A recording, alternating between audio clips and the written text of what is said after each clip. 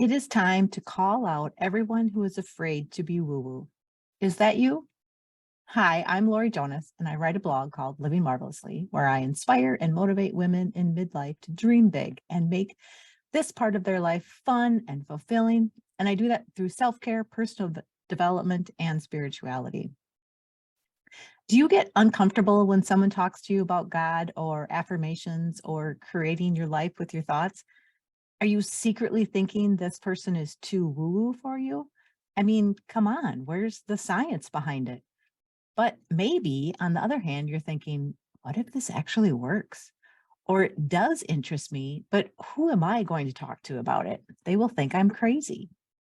So the definition of woo-woo is unconventional beliefs regarded as having little or no scientific basis, especially those related to spirituality, mysticism, or alternative medicine.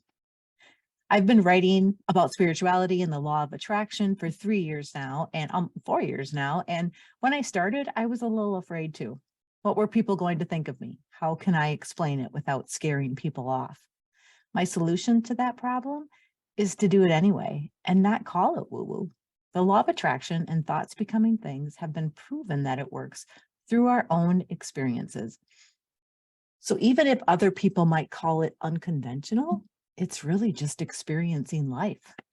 I think what is scary about it is that if you believe in it, then you're responsible for how your life plays out. You are the one driving the bus and creating your experiences. And with that, there is no one else to blame. So here's some tips on how to lose the fear of woo-woo. Use affirmations. Repeating sentences or phrases that challenge negative or self-defeating thoughts are a great way to test this out to see if it works. Have you tried it? And I mean, not just for a couple of days, but really believe that it was true. It works, and there is actual scientific proof of it. Affirmations can literally change the neural pathways of your brain, and you will start to think differently. So try a few simple ones and see what happens. I am beautiful. My life is amazing. I have an abundance of love in my life. I appreciate all the lessons life has taught me. I'll put a link to a blog post below where it helps you, or it tells you how you can make your own affirmations and how to use them so that you can see the benefits of them. Also, similarly to using affirmations, thoughts becoming things is not quite so specific. So what we need to do is pay attention to your thoughts and how often you put yourself or others down, and then changing those thoughts into more positive ones so that you can change the way your mind works. So I encourage you to try it. Think of something that you complain about a lot. How do you feel when you say it or think about it? Do you feel constricted, heavy, dark, shameful? Now think of that same thing, but think of it with love, like it was your best friend or child complaining and you want them to feel better. Now, how do you feel? Lighter, open, you stand a little straighter, peaceful, etc. It only takes a moment to shift your thinking, so practice it. See what happens when you live life with positive thoughts.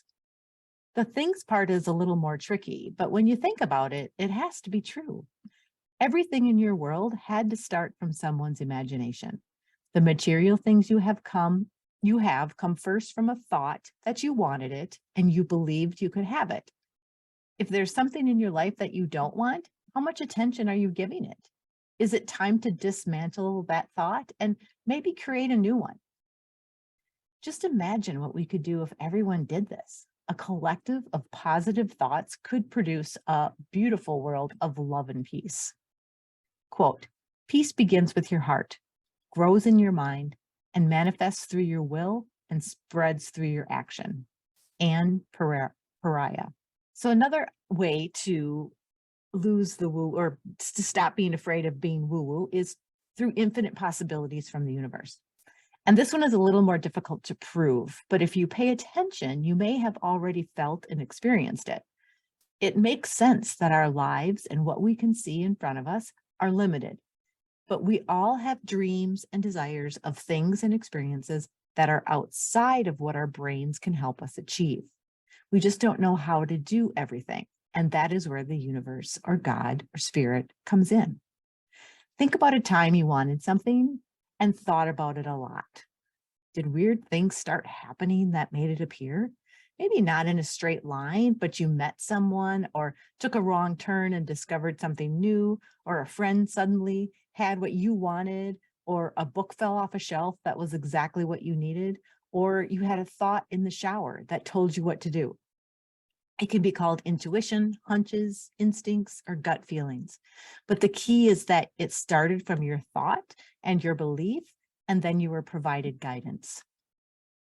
If you are blaming someone or something else for the things you don't like in your life, take some time to reflect on your thoughts. What are you complaining about most often? What do you believe that makes you think someone else is to blame? Are those beliefs true? What am I telling myself I want? Do you love yourself? Do you trust yourself to know what is right for you? How can I support myself and live the life that makes me happy? And as you answer these questions, allow yourself to receive the answers. Don't force it. But you still have to take action. One of the reasons you might be afraid of woo-woo is because you were raised to believe that you have to work hard to get what you want. And that is still partly true. Take out the word hard, though. In order for the universe, God, to know what you want and help guide you, you have to take steps towards it. By physically taking action, you put yourself out into the world where life's magic can reach you with coincidences, happy accidents, and serendipities. Quote, "The only place the ship of your dreams will never find you is at home, waiting for it." Mike Dooley. Stand in your truth. I can immerse myself in this thinking when I am writing, reading, and in groups with like-minded people. But once I step out of that comfort zone, I can be afraid to be woo-woo with others. But I want you to know that you have the power to create a world you love, so it is becoming easier to stand in my truth. And I think you secretly want to talk about this woo-woo stuff too. At the very least, experiment with it and find your own proof that it works. I created an online course called Creating Infinite Possibilities for Abundance. This course will walk you through 11 tools that can help you create the life you dream of. It's time to give it a try. It's time to experiment with all the ways you can manifest the life you want to live. Stop being afraid to be woo-woo and recognize how you experience it every day. If you want someone to talk about it, reach out by email or leave a comment below.